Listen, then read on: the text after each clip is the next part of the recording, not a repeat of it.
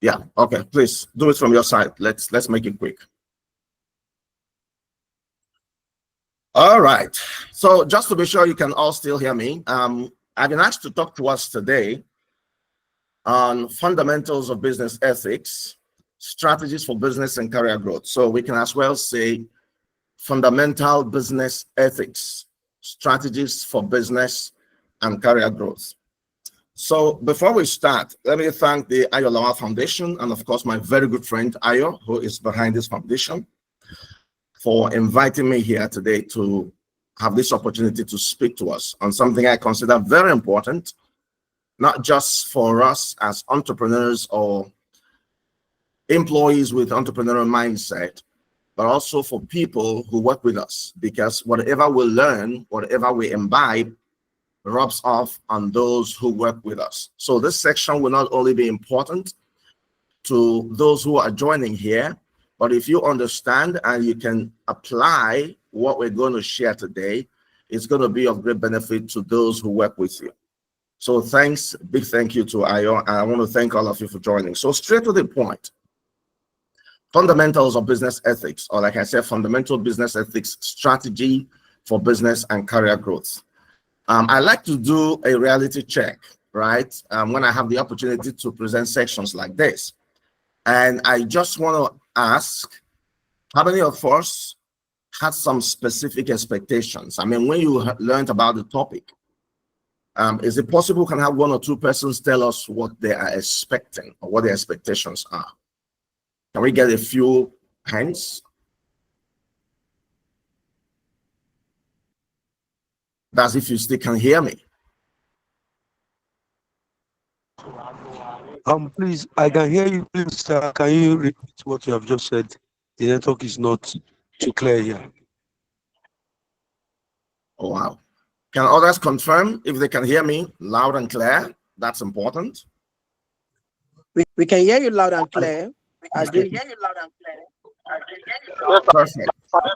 Okay, so I was asking a simple question. I mean, I want us to maybe one or two persons to tell us what their expectations are or what they thought about when they learned about the topic.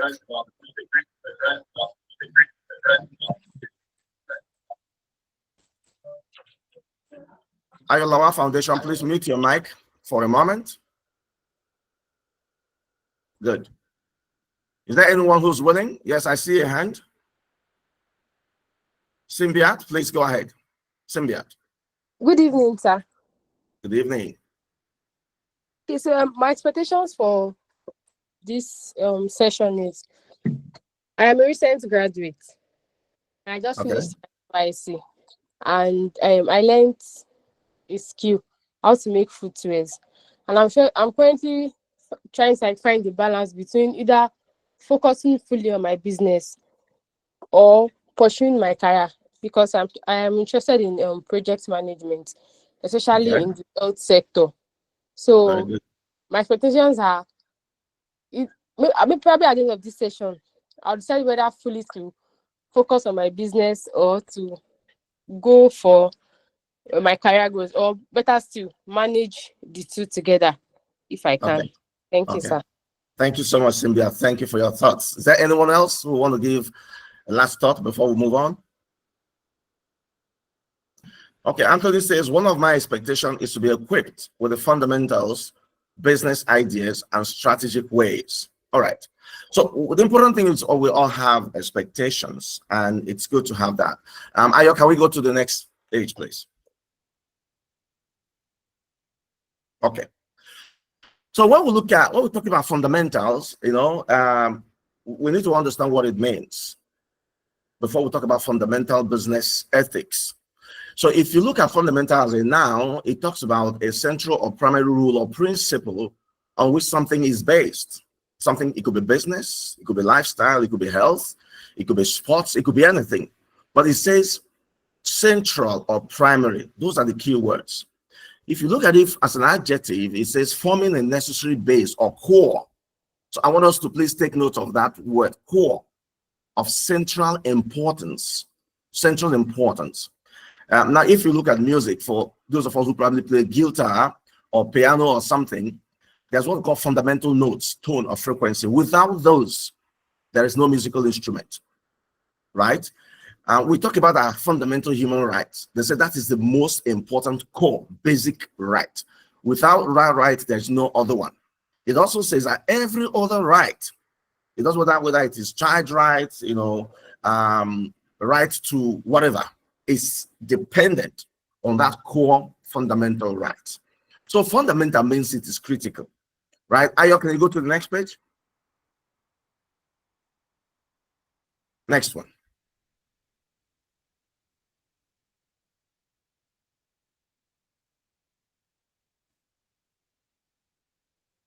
Yeah, go ahead, please open everything up completely. All right, that's it. That's fine. So, no, please go back. Good. So fundamental, if you look at it in single words definition, means basic, elemental, vital, critical, important, prime. So it doesn't matter how you look at it, fundamental means the fulcrum, the strength, the foundation for whatever you want to do. We're talking about fundamental business ethics. It means these are the core, vital, foundational elements for you to run your business ethically. That's what it means. And that's where we're going to start from. So let's go to the next one, Ayo, quickly.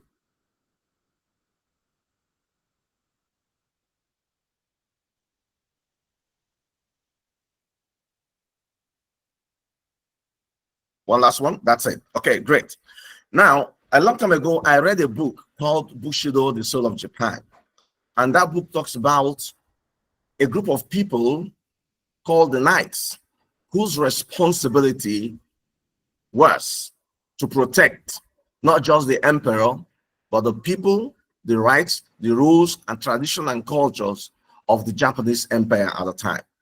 Now, before you are inducted into that knighthood as a military person, there are some fundamental principles, fundamental attitude, fundamental, cardinal principles, if you like, that each individual member would have to swear to, that you must uphold.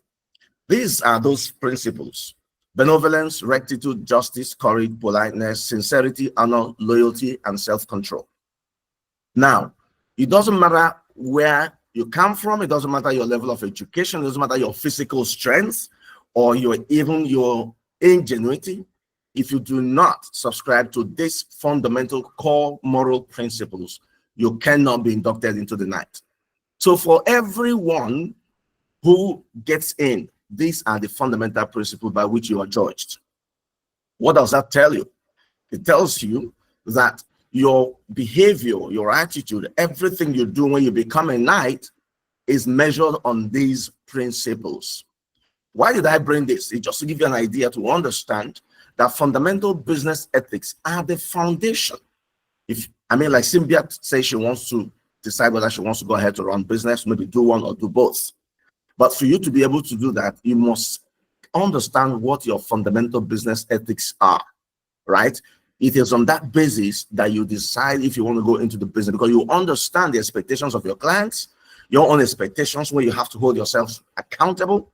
And then you also understand what kind of services and deliverables that you're going to be able to provide to your clients and how they would perceive you over time. So consistency is also important. Now, if you're inducted into the knighthood and at some point you fall foul or fall short of any of these moral principles, you are immediately derobbed, you are sent out. There's no room for remedy, right? You are sent out. That's exactly what happens when you get into the knighthood, right?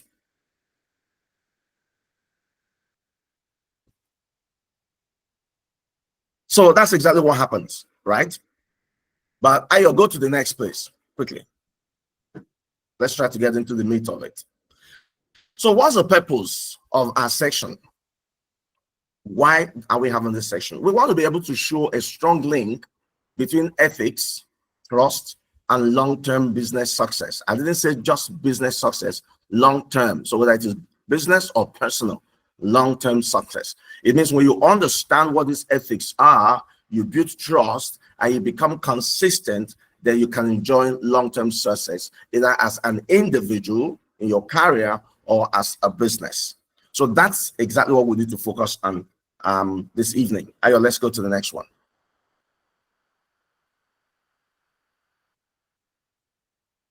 So what's business ethics? Business ethics are principles and standards guiding behavior in business. Principles and standards guiding behavior in business. Now, this business ethics, or the principles and standards, includes not only avoiding wrong, but actively doing right at all times. Let me explain this because it's very important.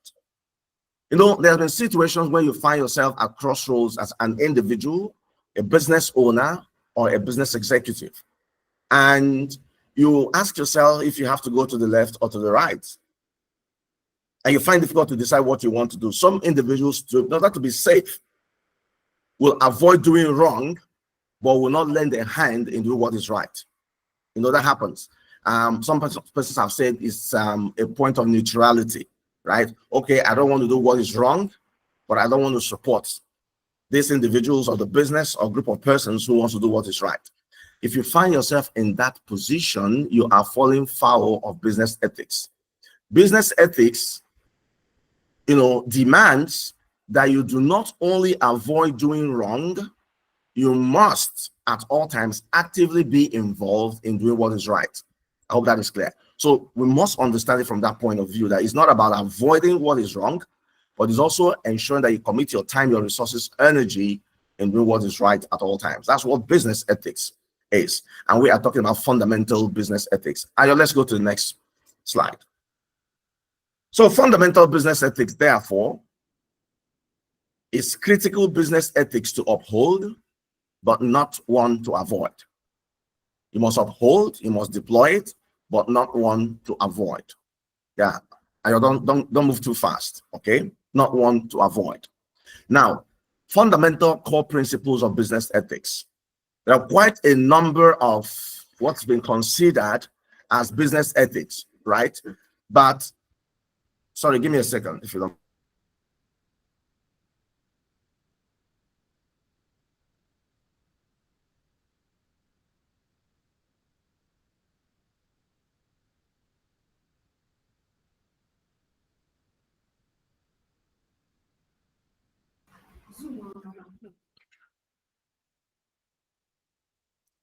All right, sorry for that short break. Okay, so fundamental core principles of business ethics, as I was saying, you know, there are quite a number of them. But don't forget, I said things you must do and not things you have to avoid. Now, if you look at my screen, you can see integrity, fairness, transparency, accountability, and respect. These are fundamentals. There are other core principles of business ethics that I have not considered fundamental, and I can give you a few examples.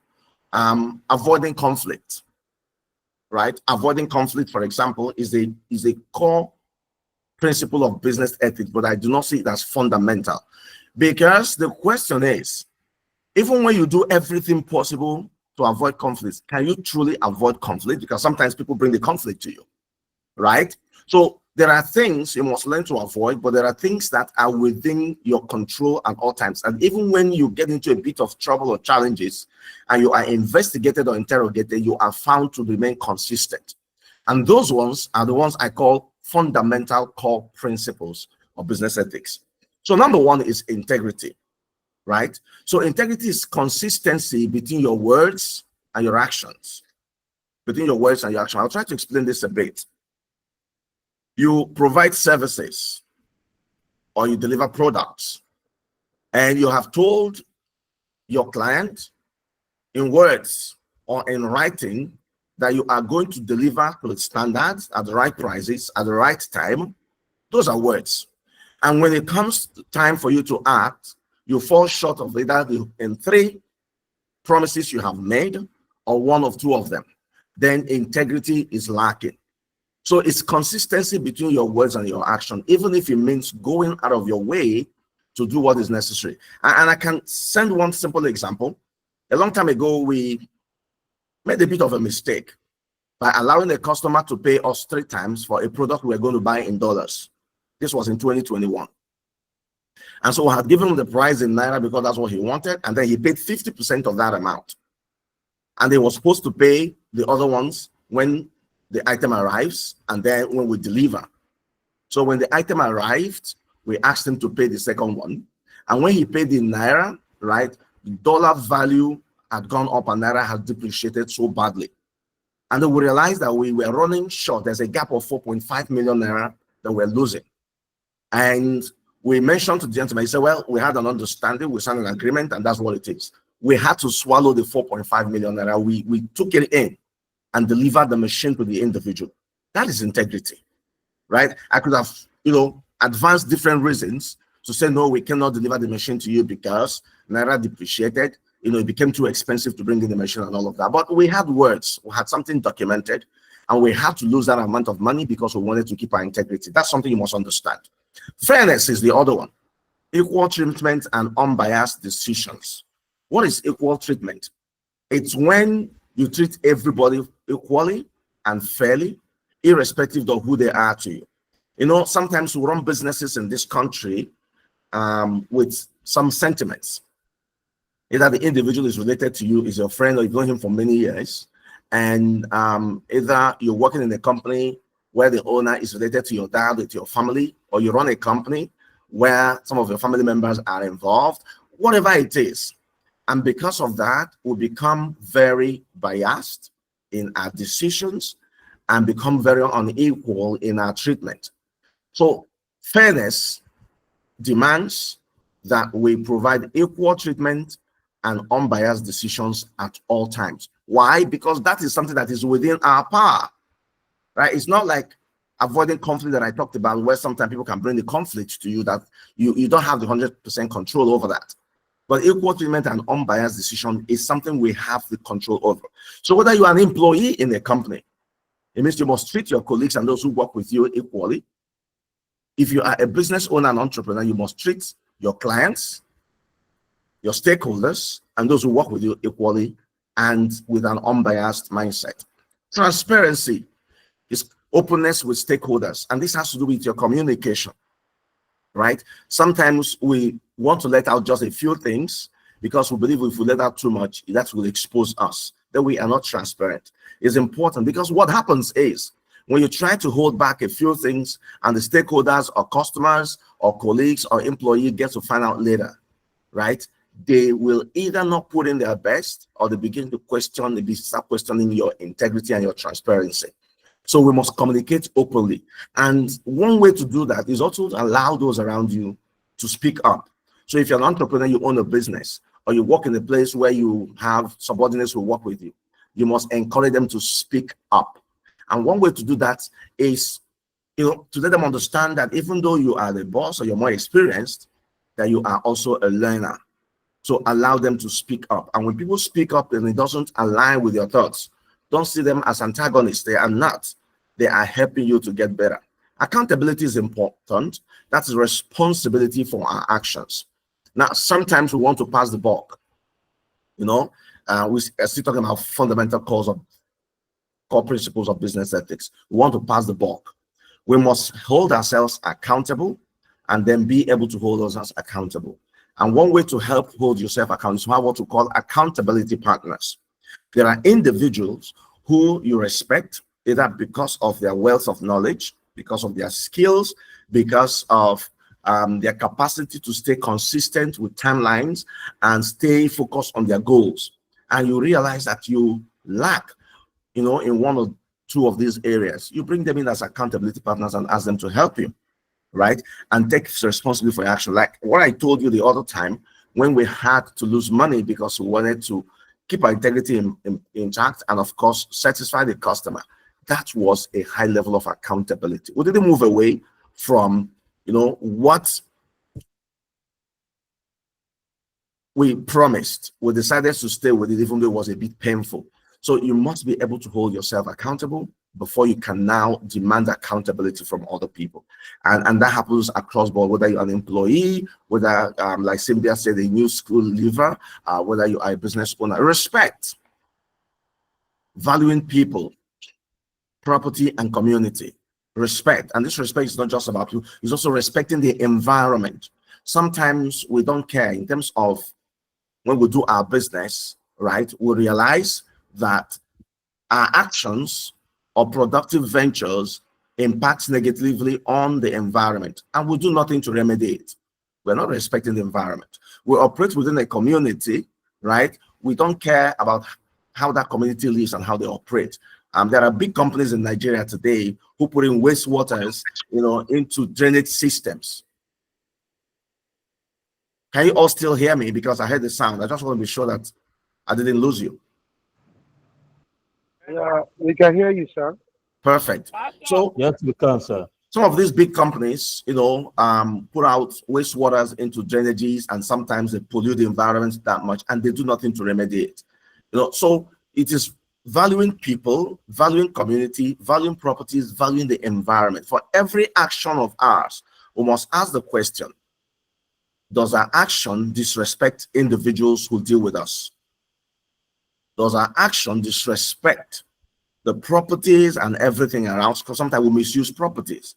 Does our action disrespect the community and affect them negatively? These are things we need to ask, right? So these are the 5 fundamental core principles that I chose, but I might just mention a few more that are not fundamental in my opinion, but they are also principles of business ethics, right?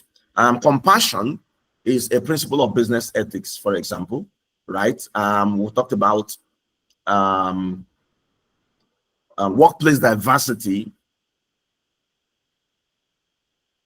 compassion, workplace diversity, environmental ethics. These are all core principles. But like I said, for me, they are not as fundamental as the 5 I just shared with you. So Ayo, let's go to the next slide, please, for want of time. So the question you might ask is, why does ethics matter? Why? Why is it important for me, for my business, for the future of my business, for the future of our venture? Now, ethics are very important because they build trust and reputation. Now, I'm sure this is not the first time you hear about building trust, but reputation is important. People don't understand that reputation is not something you either earn now and then it disappears. Reputation has to stay consistent. There has to be consistency in reputation that you build. That's critically important. So ethics is important because you build trust, and is over time. You must imagine that ethics in business is not a sprint. It's like a marathon. It takes time for you to build, but when you build it, you have to work so hard to keep it going. Number 2 thing why ethics matters is it helps you reduce legal risks. Now, please pay attention. It did not say eliminate legal risks. No, it says reduces legal risk, because it doesn't matter how much you practice ethics in business, there will be legal risks at sometimes. But the point is, if and when you are investigated, are you found guilty or not? Are you found wanting or not? Are you found to be, shortcoming or not? So practicing ethical business principles helps you reduce legal risks. The other thing it helps you do is attract and retain customer and talent, right? When your clients know that you practice your business ethically, that when you say you're going to deliver certain things, you deliver it. And when they have challenges, you respond to them in such a way that you value them and value their patronage. Then, of course, it does not only attract them, but it retains them. Yesterday, I was speaking to the Chartered Institute of Sales and Customer Management in Nigeria, and I was asking a question between what customer satisfaction and customer loyalty was the difference, right? And most of them, when they didn't get the definition, thought to themselves, oh, customer satisfaction is great and king. Yes, but customer satisfaction can come from a one-off business. But customer loyalty talks about repeat businesses, but beyond repeat businesses, also talks about referral. So when a client can refer you to another potential customer, loyalty is built. But when a customer does one business with you, one-off business, and feels satisfied, yeah, the customer feels satisfied, but you have not built loyalty. Loyalty comes from repeat businesses, trust, relationship, which can lead to referrals, and that way you can keep the business. So you must understand that retaining customers and talents leads to loyalty. So not loyalty only from the customers, but also from the employees and those who work with you. The other reason why ethics matters is it drives long-term profitability. You know, I've seen people who cut corners because they feel that if I do this business right now, I'm going to make a 50 million naira, 100 million naira from it. But they lose track of the long term. What happens? Now, if you cut corners, make that 100 million, and at some point you get into trouble, or it is realized that you either bribed your way, or you cut corners, or you presented or forged certifications to be able to do the business. Now you lose credibility, you lose trust, and then long-term profitability is affected and declines. So would it not be better for you to go the whole log, do the right thing, you know, earn it gradually, and get to the point where long-term profitability is assured? So these are the 4 primary reasons for me why ethics matter. Let's look at some common ethical challenges, something that happens to us. And I'm sure there are a few of us on this call who may have experienced this before, and I'm probably going to ask a few of you to share 1 or 2 examples if we have experienced conflicts of interest. Is there anyone on the call who has found himself or herself at the point where you have conflicting interest? Yes, I'm seeing hands up. Can I get one person who just respond? Since we know what conflict of interest, can you give us an idea of when you found yourself in that situation? How did you deal with it? Anyone? Quickly. Conflict of interest. These are some common ethical challenges. Please, Is if you there have anyone? contribution, can you signify so that we can recognize you, please? Yes, please signify quickly, and let's be quick about it for want of time. Conflict of interest. I'll be shocked if no one on this call has found himself or herself on that point, and how did you resolve it? Because it happens to all of us.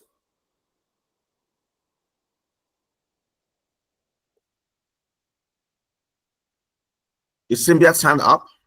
Not sure.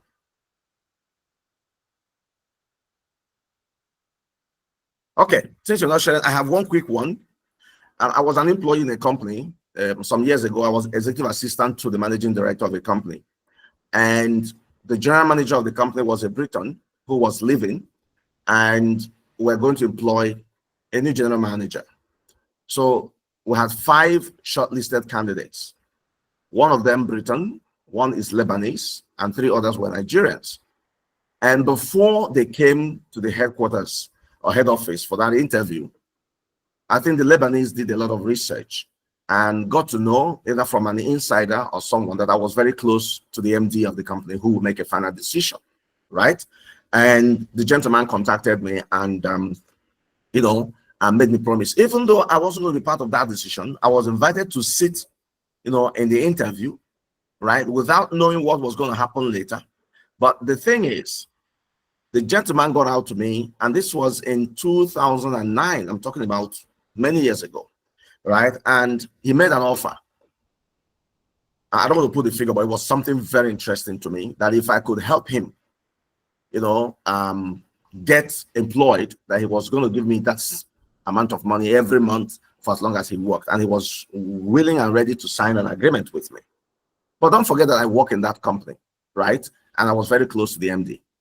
And beyond the fact that that was a wrong thing to ask, because I am also an interested party as an employee of the company. And it was, you know, for me, easy to deal with, even though there was a conflict at that point, right? And I said to him that, look, I do not have any influence, even though I know I have a bit at the time, and that it was something I was going to help with. But, you know, true to fact, at the end of the interview, when everyone had gone, my MD called me and asked me, you sat in here, what's your opinion? Who do you think we should hire? And I didn't blink an eye to say, let's hire the Briton, because he presented the best certificates. He presented, you know, the best of experience. He understood the technical part of the business and everything. So sometimes those things happen. You know, it could also be in decision making where you are part of either a judging committee or an investigation committee, and your brother, your sister, or your business is involved, and you know that if you remain there, there could be a conflict, the best thing is to recuse yourself and excuse yourself to allow neutrality. The other one is corruption and bribery. These are some of the common ethical challenges we face, and that is a big challenge in this country. For those of us who are entrepreneurs running businesses, I'm sure you may have been confronted several times with this. I don't know how you dealt with it, but I've lost a number of business opportunities because of this. And I can give you one big example again. We have presented a proposal to a local government chairperson in one of the states in this country. Beautiful proposal to train, the local government legislature, what they call supervisory councillors, and of course the legislative councillors and some other local government chairpersons. We have presented a fantastic proposal and everything, and at the time the total for that cost for that training came to about 10.5 million or thereabout. And they presented it to the chairman in question, and the chairman came back through my friend who was a contact person, because I didn't have direct contact with the chairman, and said that since our cost is 10.5, that we should increase that amount to 17 million, and that if we really wanted to do it, we'll have to pay him 5 million naira upfront, even before we got it. And I told my friend, and that's a no-no. And then my friend went back, he said, okay, what are we willing to pay? I said, no, discussion ends, because we probably will get into trouble if we did that. So you can understand the depths, of corruption. And sometimes if you do not hold your head high, you could actually get into trouble because of the quest, and this unquenchable desire to make money quickly by a lot of businesses and individuals. That's one example from me. Misuse of resources, right? We've seen business owners or MDs or employees who use resources of companies, because they're not paying for it. Sometimes we've seen employees who get into offices, and instead of using the office internet, for example, for business, use it to download movies, watch movies, and do a lot, because you're not paying for it. That's misuse of resources, right? You have the company's car for a business. You go do the company's business, and then you drive the car to go and do your personal things. You're burning fuel or diesel, as the case may be. There are a number of ways you can misuse resources, right? So you must think about that. These are ethical challenges that you must keep asking yourself on this call if you found yourself in any of these situations. Dishonest marketing, because we want a potential client to buy from us. We promise things we cannot deliver, or even say that our products can do things we know they cannot do. I've seen products in this country, one single product, they say the product can cure cancer, HIV, diabetes, liver function issues, weight loss, one single product. And these people market this with a lot of audacity. And when you buy this product and you take it, it does absolutely nothing. Okay, we've seen those situations, and I'm sure some of you have experienced the same thing. Okay, and for a long time, I stopped listening to people like that who will tell you that their product can do 1,001 things and it can cure all the curable diseases in the world. So we must be very careful. And the question I keep asking you, as in this call, is: have you at any point in time presented falsely to any potential clients what you know you cannot deliver, what you know your product cannot deliver, or presented yourself as someone who has a capacity to do something you know you cannot do, right? The other one is exploitation of labor. And this has to do more with, employers of labor. Sometimes we overuse people. And there are a lot of foreign companies, particularly some Chinese companies in this country, who do that. They use Nigerians so much and they pay very little. And sometimes because of the unemployment and underemployment in this country, those Nigerians do not want to lose their jobs. So they allow themselves to be used. Sometimes they even go into what we call labor slavery. Okay? And someone comes to work, is working from 8 a.m. to 5 p.m. And then you say, oh, overtime, you're going to work overtime, we're going to pay a certain amount of money. And then the overtime actually has no terminal point. And they work sometimes over, and then you pay so paltry. And then if they want to complain, you say, maybe you don't want the job, there are people waiting. You threaten them because you are exploiting them, right? So whether you are an employee on this call, you must refuse that and report it. And if you are a business owner or a potential entrepreneur or even an existing entrepreneur, do not exploit people. Ayo, let's go to the next one. So now let's look at, because we are talking today fundamental business ethics, and we're looking at how these ethics can help our business grow and how it can also help us in our career, right? That's what we're focusing on. So let's look at ethics and business growth. What is the link between ethics and business growth? So trust and growth connection. There's a strong connection between trust and growth. When people trust you as an employee that you're very good at what you do, your employers know that, or you are a provider of service and your client trusts you, there is no way your business will not grow. You know why? Because they will continue to patronize you, they will remain loyal to you, they will not only refer you to other businesses, but they will defend you even when you make a bit of mistakes. That's what you don't understand. So ethical companies are more likely to win repeat customers. Now, if you get to a point where a customer of yours defends you when there are issues, then that is extreme, total, and continuing loyalty. So you must ask yourself, for me to get to that point, what do I need to do? So all those ethical principles we've mentioned, you must take them very seriously and do even more. So you must under-promise and overperform. Under-promise and overperform, very important. There's a big connection between trust and growth. When they trust you and believe, your business will grow because they will continually come back to you. You will see ethics as a competitive advantage, right? What ethic does, it differentiates you in crowded markets. It boosts partnerships and investors' confidence, right? So in a market like ours in Nigeria, where integrity is very scarce, where accountability is very scarce, where uprightness is very scarce, if any potential client or customer identifies you to be an ethical business practitioner, then you stand out. You become a reference point. Now, beyond referral for business, when other people disappoint them, they use it as a reference to say, look, this person has been dealing with me for 3, 4, 5 years, and I've never had this kind of issue. So it becomes a competitive advantage for you to be over and above other businesses. So would you not rather think deeply to say, let's stay with ethics in business, especially those fundamental ones that we mentioned? There's a cost also of unethical behavior, right? So the link is, there's a huge reputation damage. There's this saying that the loss of money, these are great losses. The loss of property, these are great losses. But the loss of integrity or honor are such losses that no one can restore. If you lose your reputation in business, you will very, very unlikely, you're very unlikely to recover it. And I'm going to cite 1 or 2 examples towards the end of this session, right? So you must avoid reputation damage. Guide the reputation of your company, of your business, of yourself with everything you've got in your life, because your life depends on your reputation.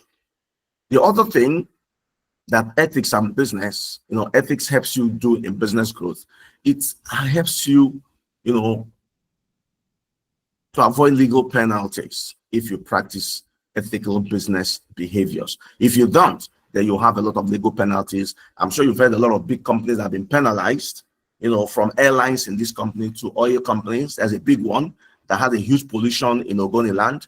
They were very unethical in their practice. They were penalized. We've seen, different compliance and regulatory agencies in Nigeria, from NAFDAC, to NEMASA, to Standard Organization of Nigeria, penalizing a lot of companies. And some of them have huge reputational issues that they're still struggling with up till today. Don't find yourself in that situation. Your next one. So let's now look at the ethical business growth strategies. And I'm going to be a bit quick on this because I want to allow us a few minutes to answer some questions at the end of this session. So ethical business growth strategies, the things you need to do. So first is to build an ethical brand. And I'm sure your first question will be, how do you build an ethical brand? One of the ways to build ethical brand is to become consistent in doing the right thing, consistent in your delivery, consistent in your responses, consistent, with what you say your core values are, your vision, your mission. You must stay within them. And that's why it's important as a business or as an individual, you must continually review your vision and your mission and your core values to ensure that you are staying within the bounds of those, ethics that you have set for yourself. That way, it's going to help you a lot. Fumilayo has raised their hand. Yes.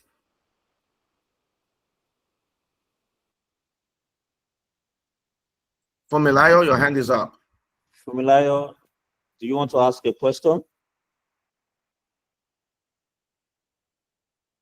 Can I Hello, continue? Fumilayo. You can continue, sir. Okay. So that's one way to do that. The responsible leadership, right?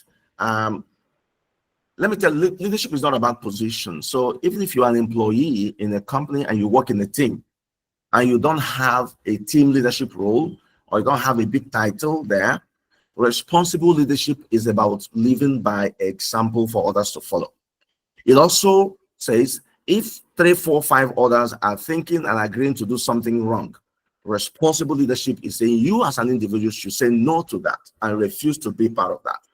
Responsible leadership is not telling people to do one thing and you're doing another. Responsible leadership is about, doing something and without speaking, others will learn from it and do it. Responsible leadership is ensuring that you stay on the right side of the law all the time. If there are certifications, compliance issues, you must ensure that you operate in a company or work in a company where these compliance issues are all addressed. And if at any point in time you feel this is not happening, you have the right as a responsible leader to speak up. That is another ethical business growth strategy.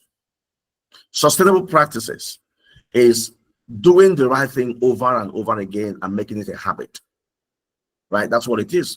And one way to also do that is understand that when you operate a business, when you work in a company, why profit is very important and critical, right? We cannot focus too much on profit over the health of the issues, health issues of the individuals who work, the community where you are, right? The environment where you are. You must consider the stakeholders. So your ethical practices must be sustainable. And when it is sustainable, people see you as consistent. And of course, that helps you in growing. So it's a specific growth strategy, right? Then the other one is foster ethical culture. Foster ethical culture. We talk about diversity. If you work in a company where you have people from diverse cultures, religion, behaviors, their sexes are different, their idiosyncrasies, their thinking perspectives are different from yours. You must be able to accommodate them. You must never allow yourself to be used against another because of how the person looks in terms of color, race, or tribe, or education, or religion. In this country, that's a big issue. But for us to maintain that ethical business growth, one of the strategies is to foster ethical culture. And that ethical culture also ensures that you can support individuals who work with you or for you to grow. So that if there are opportunities for training, for improvement, you must make that available. That is one strong ethical culture. The other one is what we call the ethical networking. Ethical networking. When you connect with people, what is the purpose of connection? It is not to be transactional, but it is to build relationship. I've seen people who get into networking events, and their thinking is, I want to meet 15 people in 1 hour. But they're not thinking about what is the follow-up, what's going to happen after that meeting. They just want to meet people without making true connections. So ethical networking is about thinking about the other individual first. Put yourself in the position where that individual sees you as caring for them, thinking about their well-being, about their business. When someone believes that you think and care about themselves and their business, they will naturally be prompted to also want to think about your own business. But when they see you from the prism of being transactional, you just want to be able to collect the business card and say, how can I benefit from this individual? Without asking, how can the individual benefit from me? Then they see you as being transactional. Then your networking is not ethical. So one of the strategies is to be intentional, is to be deliberate, is to ask the question, I've collected this business card from this individual. I've connected with this individual. How can we build relationship over time? That's very important. Your next page, or next slide, as the case may be. Next slide, if you can still hear me.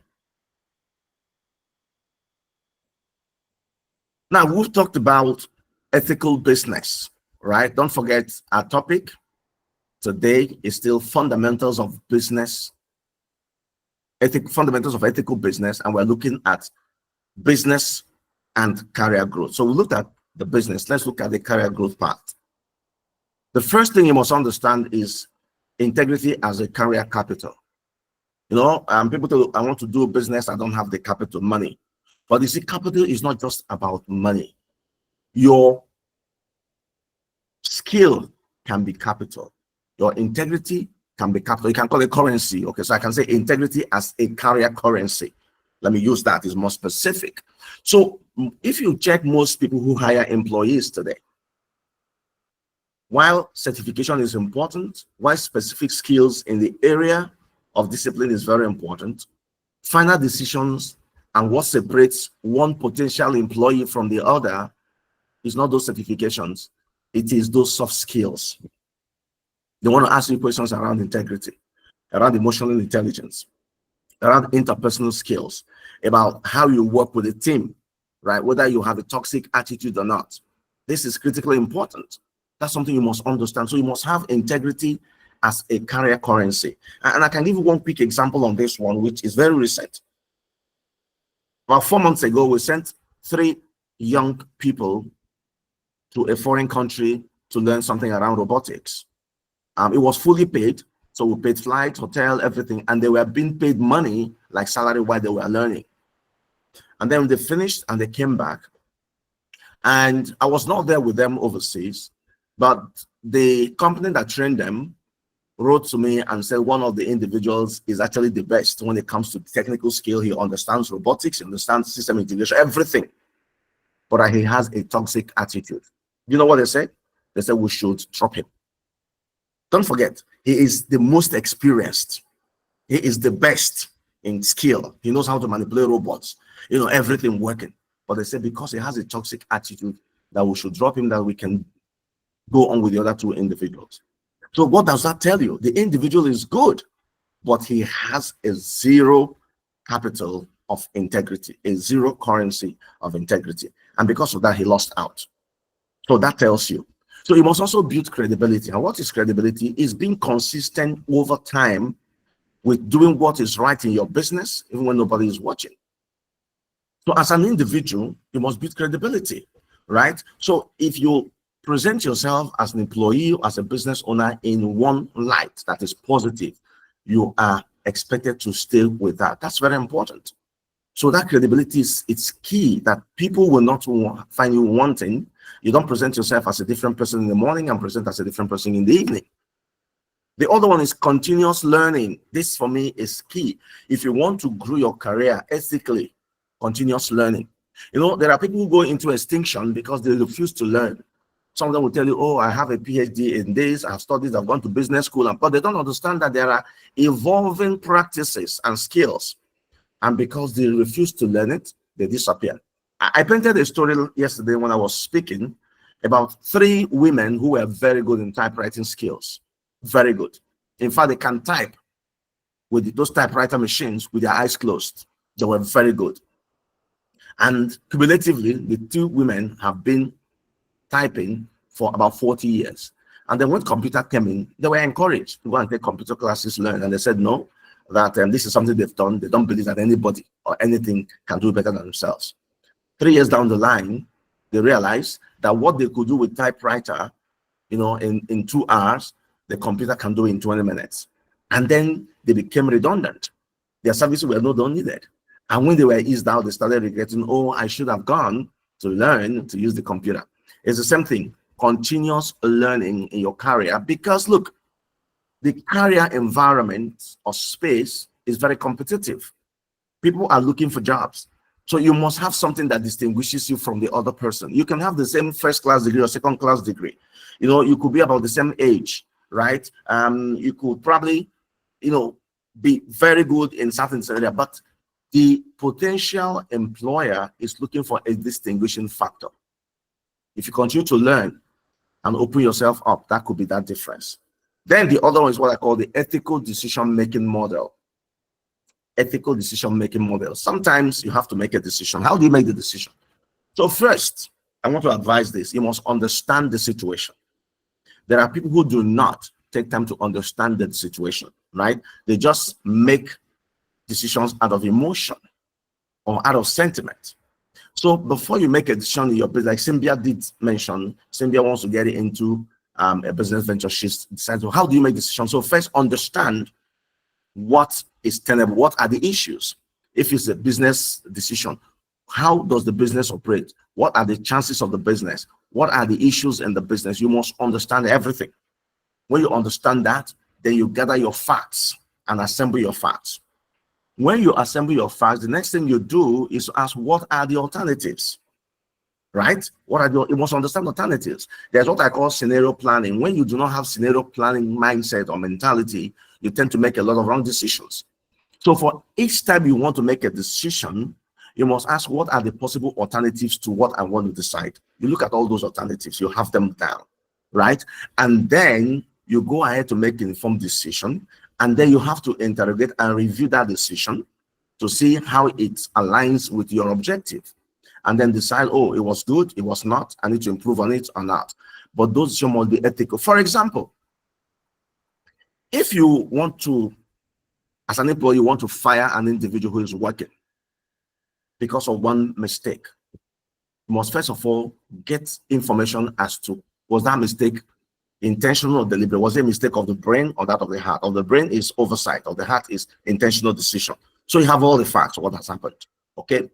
And then you assemble it as, okay, with what I know, what are the alternatives? Can we penalize the individual, suspend the individual, query the individual, or fire the individual? These are all the options. And you go ahead to ask, okay, if we fire the individual, how would that affect the business? And how would that affect the individual? If we query the individual, would that make the individual better and not to do that again? If we suspend the individual, will others learn a lesson? You need to ask all those questions. And then you go ahead to make the decision. Now, why you must have the alternative when you make the decision, for example, to fire the individual, and you feel that it might affect the business, that alternative will tell you you must get someone to fill the gap so that you can cushion the effect or the shock of the individual's exit. And then you go back after you make the decision and say, in the future, how would you do to prevent this individual from going the same route? Or if it does happen, how do we prepare to make quicker ethical decision? These are things you need to consider, right? As an ethical career individual who wants to grow and get better. Your next slide. All right. Now, I'm rounding up, but I wanted to share something specific with you. I hope I'm still within time, actually. I wanted to share something a bit specific. This is an example. Some of you may have heard about it, may have read about it, but this is a real-life case study of two organizations, Johnson & Johnson and a company called Enron. And we are talking about, ethical businesses and how your ethical behavior and practices can help you in your business successfully and how you can help you build a successful career. So there was an incident for Johnson & Johnson. There was an incident in 1982 where there's a capsule, is a drug, is a capsule called Tylenol, is a capsule. And for some reason, cyanide was traced in that capsule. What happened? 7 people died.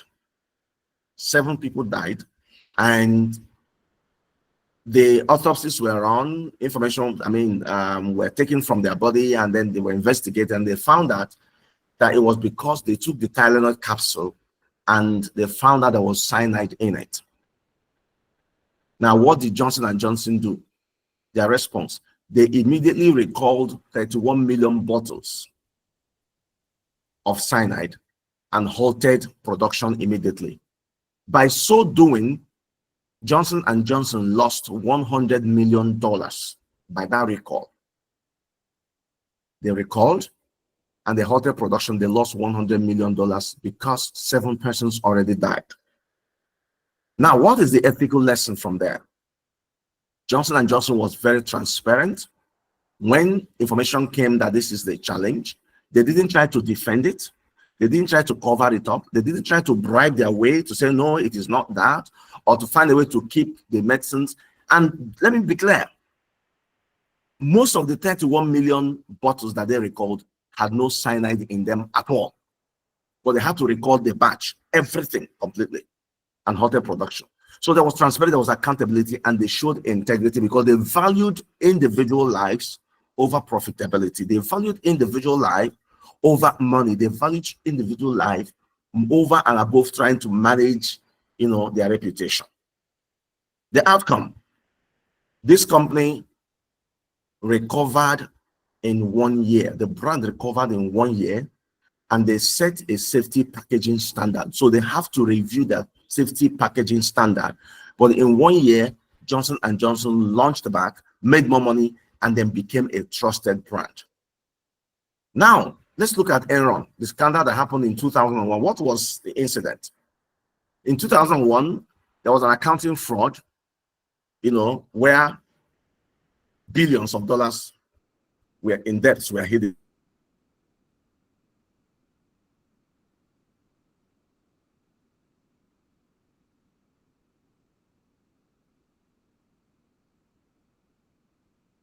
So the company was owing a lot of money.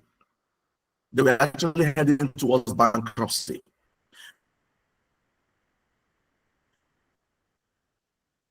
Oops. What happened? Oh, thank you. So because of that, right, there was a very big issue. And one of the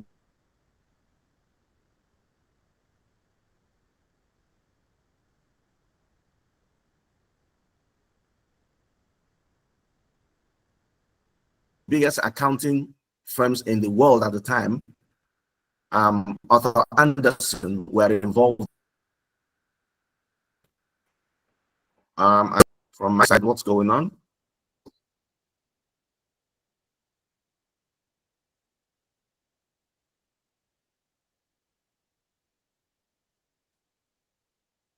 Sorry, connection issue. Let me try to be quick. So what happened? Now, instead of coming out clean, taking responsibility and clean up the mess, what they did was they tried to mislead the public, saying that no, the company was still very strong, that the fraud was misplaced. The executives of this company were selling their own stocks quietly, making money, knowing that the company was dying, but they were encouraging people in the public to buy into the company. There cannot be any dishonesty as bad as that. So the insiders knew what was happening. They were selling their stocks, making money from it, but encouraging the public to buy more and giving the price the company was running. So what is the ethics issue here? Dishonesty. There was greed on the part of the executives of the company. There was lack of accountability. Now, what was the outcome? This company went bankrupt. 20,000 jobs were lost. And of course, there was serious major reforms. And they came back as Sarbanes-Oxley. And then they were bought over. But people lost their jobs. And they lost, that name and that brand. So this is something that could happen when we do not operate within the ethical standards set for us. Ayo, please give me the next page. There's something I want to share. Okay, this is something I don't know how many of you have heard a couple of times where Toyota had to recall vehicles. Can anyone confirm? Please? Yes, Toyota does that. In fact, Toyota is one example of a professionally, ethically run company in the world. If there's any example you can take to the bank, it is Toyota. For a single brake failure in a batch of production, just a single brake failure, Toyota can recall all the productions in that batch. It doesn't matter how much it costs them. They will recall the entire batch of production of the automobile, of the vehicles. And then they either do a refund or they replace the vehicles. Toyota has been known to do that. It's opposed to Volkswagen emission scandal that happened many years ago, where people were complaining that the emission from the particular Volkswagen brand, was too much, and that was causing serious emission in cities and countries. What happened? They tried to cover that up. Instead of recalling the vehicles, like Toyota used to do, they were paying so much money to, I don't want to say influencers, to a lot of media companies to try to change the narrative. And that affected that particular, I'm trying to remember the name of that particular Volkswagen brand. And People stopped buying that brand and they lost a lot of money. So that can is a good example. And you need to ask yourself as an individual in this country, whether you work as an employee or you own a business, what are the ethical behaviors that you have found yourself practicing, or in your company where you work, or the company that you own, or in your family, or in your community, or in your non-profit organization, wherever it is, these behaviors are present. And then you need to ask yourself, how can I become an ethical business practices ambassador or champion? Let me give you guys one other small example about myself. Sometime in 2015, 2016, I got an appointment with a government, here in Nigeria. And consistently, I saw meetings go on, and I went into meetings and in chambers, people. I interacted with those who were very close, to the government, and I realized that that's not the place for me to be. But what made the matter worse, what broke the camel's back, when I was asked to use my network to mobilize young people to support a particular potential candidate for an election. And I knew this individual had no capacity. This individual was highly corrupt.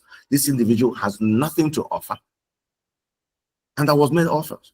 And I had to politely decline that offer to use my network to support the individual. But I went further to walk away from that appointment.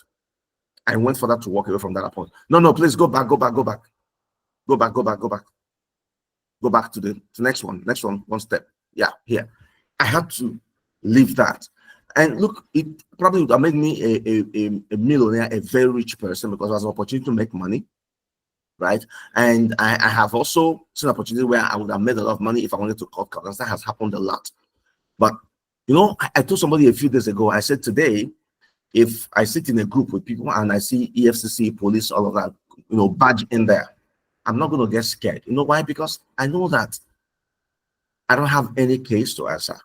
Maybe someone has written something, but why I say I'm not going to get scared is because I know that I have not done anything deliberately, intentionally to hurt, to cut corners, or to cause an action that will require me to be arrested.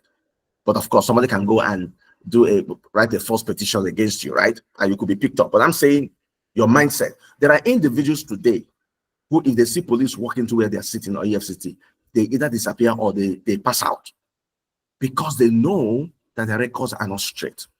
Why should we live such a life, either as a business person or as an individual in your career? So that's very important, right? I'll go to the next one. Let me make a recommendation to us, and then we'll try to end it. So these are my recommendations to all of us on this call. Ethics is the engine for sustainable growth. We must say it that way. Sometimes that growth might take a bit of time. It might be a bit slow, but it is steady and it is assured. Don't forget, I said steady and assured. Steady and assured.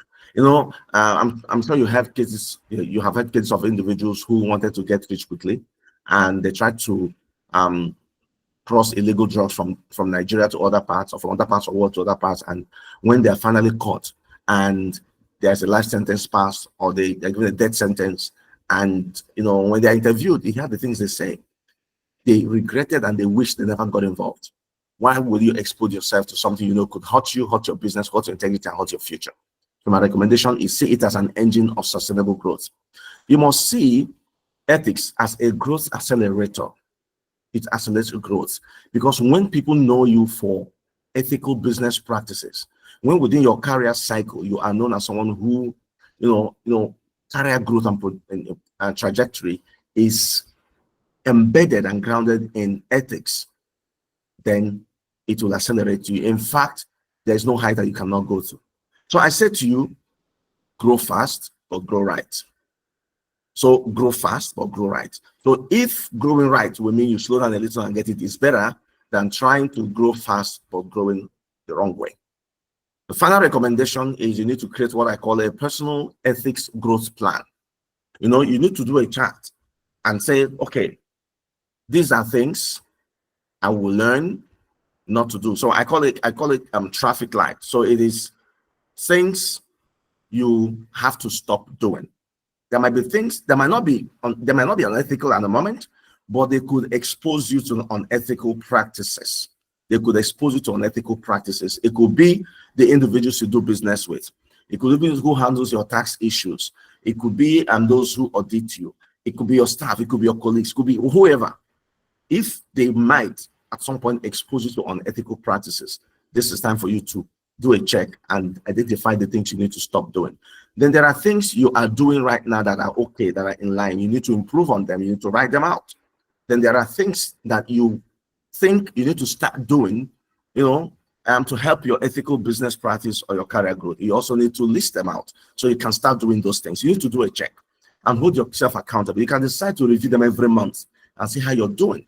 That is really going to help you a lot. That's my recommendation for you. I on the last slide, or the last but one. I want to say thank you for the opportunity. I think we still have a bit of time, Ayo, I don't know, for some questions. I'm more than happy to take them, because the truth is, I had about 31 slides before. Now I had to summarize them to about 17 slides, which is what we presented because of the time that we have. But I hope that we're able to pick a few things, and it can help some of us make decisions on how we want to run our lives, build our careers, operate businesses, and be consistent over time, so you can be proud of what you have accomplished. I want to thank you for your attention. I'm done, and if there are a few questions, I'm more than happy to take them. Thank you so much. Thank you. Wow, thank you so much, sir. This has been a solid, presentation. I've learned a lot. I was taking down some notes. I have about almost 2 pages filled up. This is so intense. Thank you so much. I can see the reactions pouring in. Thank you so much, sir. I am super happy to be part of this session this evening. So quickly, can we have questions? Please, if you have questions, you can drop them in the chat section, and you can also signify by a raise of hand, so we can recognize you and ask to take your question. Okay, so I think there's a question here from Fatai Oluwasegun. So Fatai says, when building a business, I believe people around you, the closest people to you are to promote and also patronize you.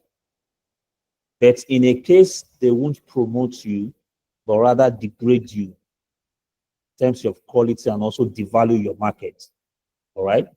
But when they need you, that is when they see you as the best. What do you do in such scenario? Did you get that, sir? Yes. Okay. Let me try to rephrase to be sure I got it.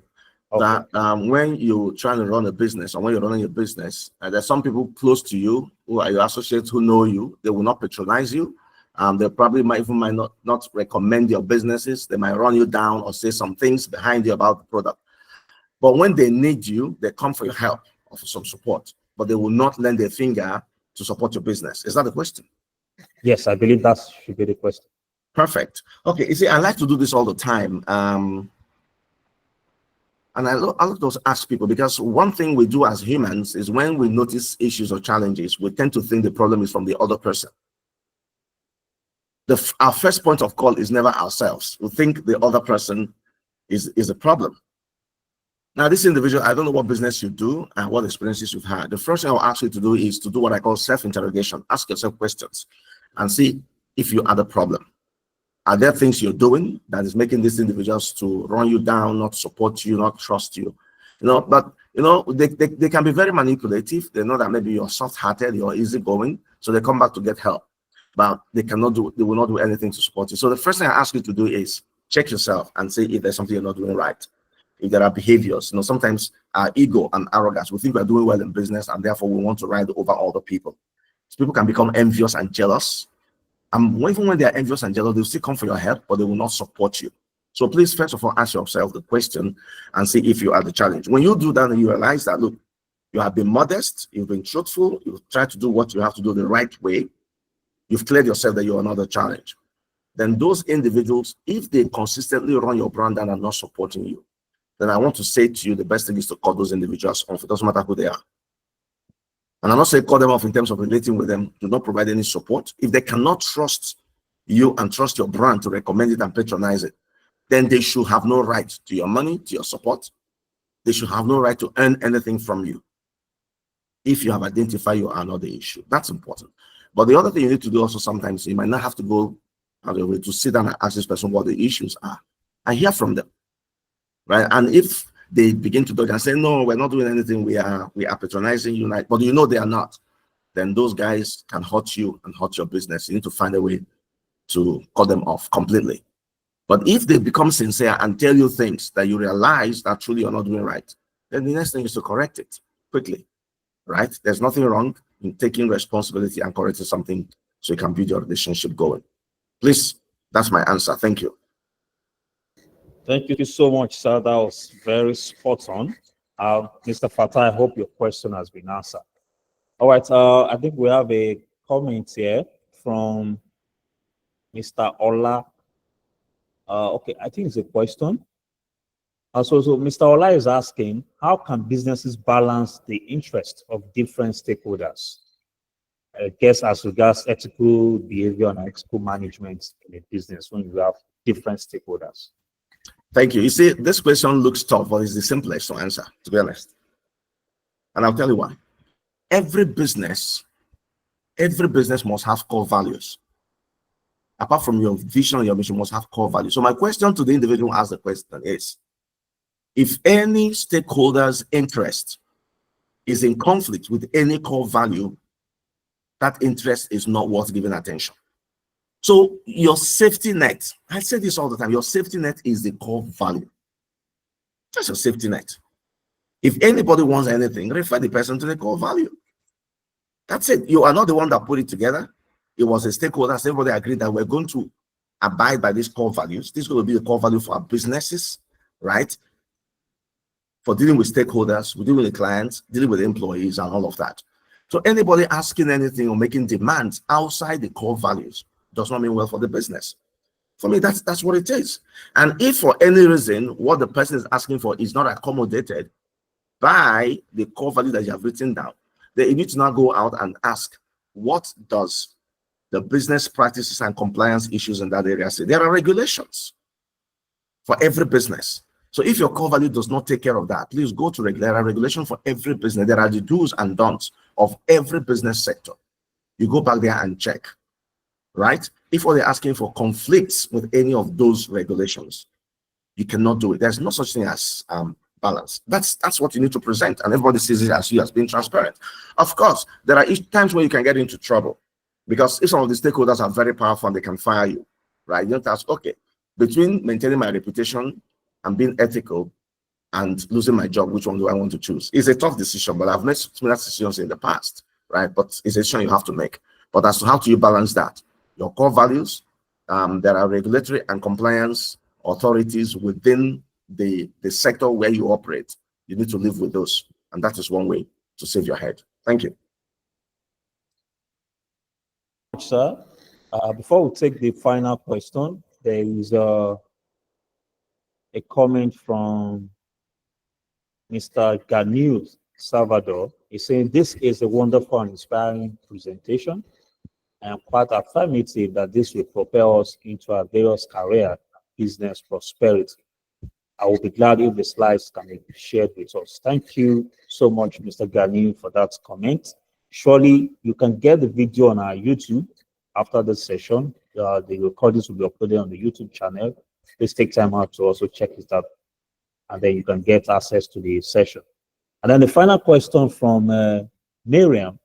Miriam is asking, how do you handle clients that use hierarchy of wealth against you?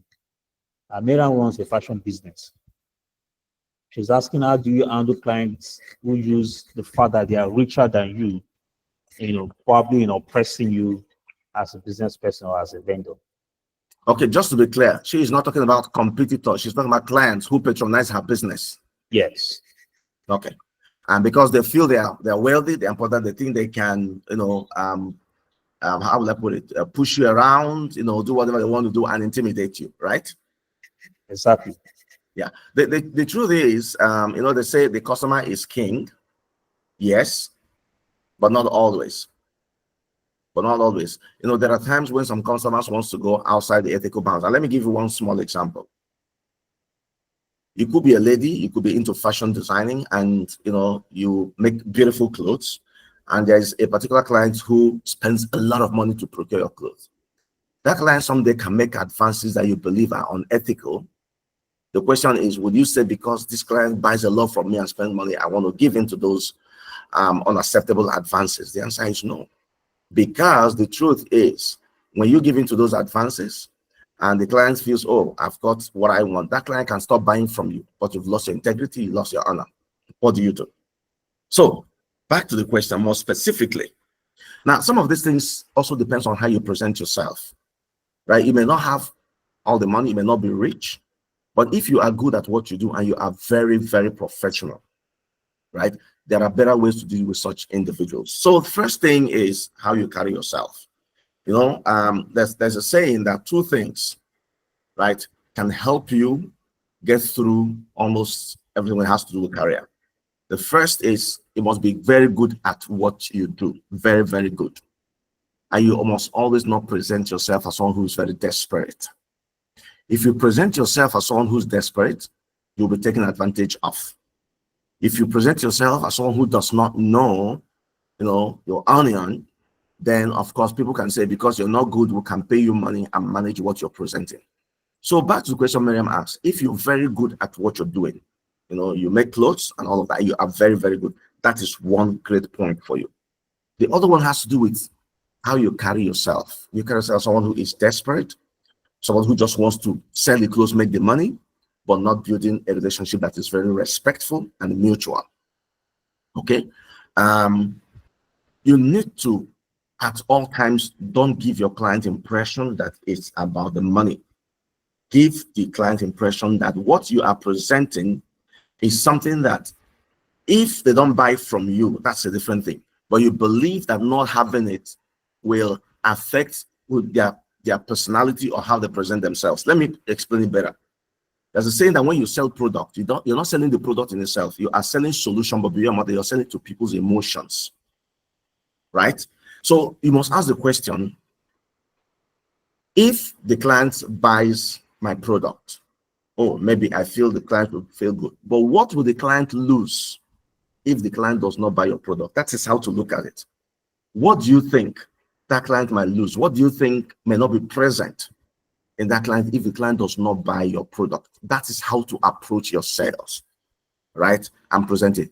And like I said, the moment you are not seen as being desperate, right, that individual will understand that his wealth or his money does not control you. Let me paint it as a final example now.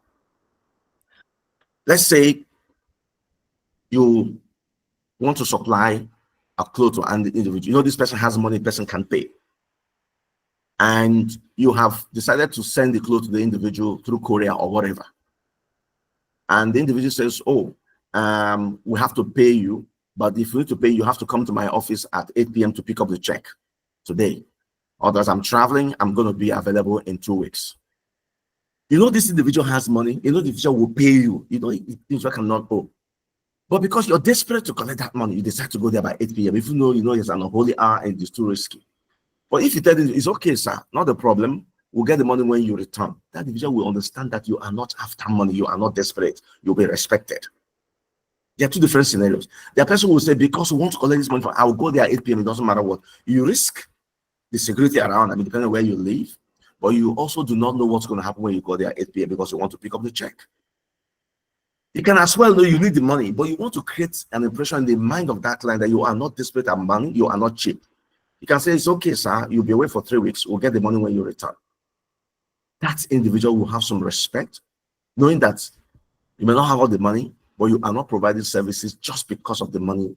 You are also providing services because you want to build a relationship. So first, be good at what you do. Don't be desperate. Don't be too transactional, right? And don't be controlled by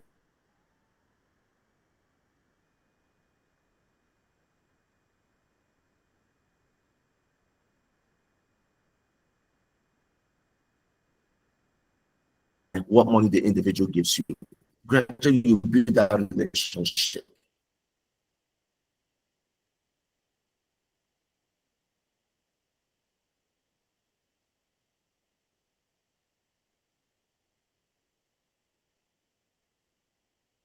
and it's not about money. That's my Thank you so much, sir. That's very spot on. It's been an awesome evening so far with Mr. Pascal Dike. I'm sure we all had a wonderful time out this evening. Keep the reactions pouring in. Thank you so much, sir. Before we take the vote of thanks, I would like to bring to the House a privileged information. Mr. Pascal Dike is one of the facilitators that we're looking at for the annual Mentorship Rendezvous that will be coming up on October 1st this year, 2025. So we'll encourage you that what you've seen today, I want to call it a tip of the iceberg. So if you be on the watch out for the annual Mentorship Rendezvous by the Ayolawa Empowerment Foundation coming up in October 1st, 2025. So quickly, before we take the vote of thanks, I would like us to have a short video interlude that talks about the Ayolawa Empowerment Foundation and what we do, the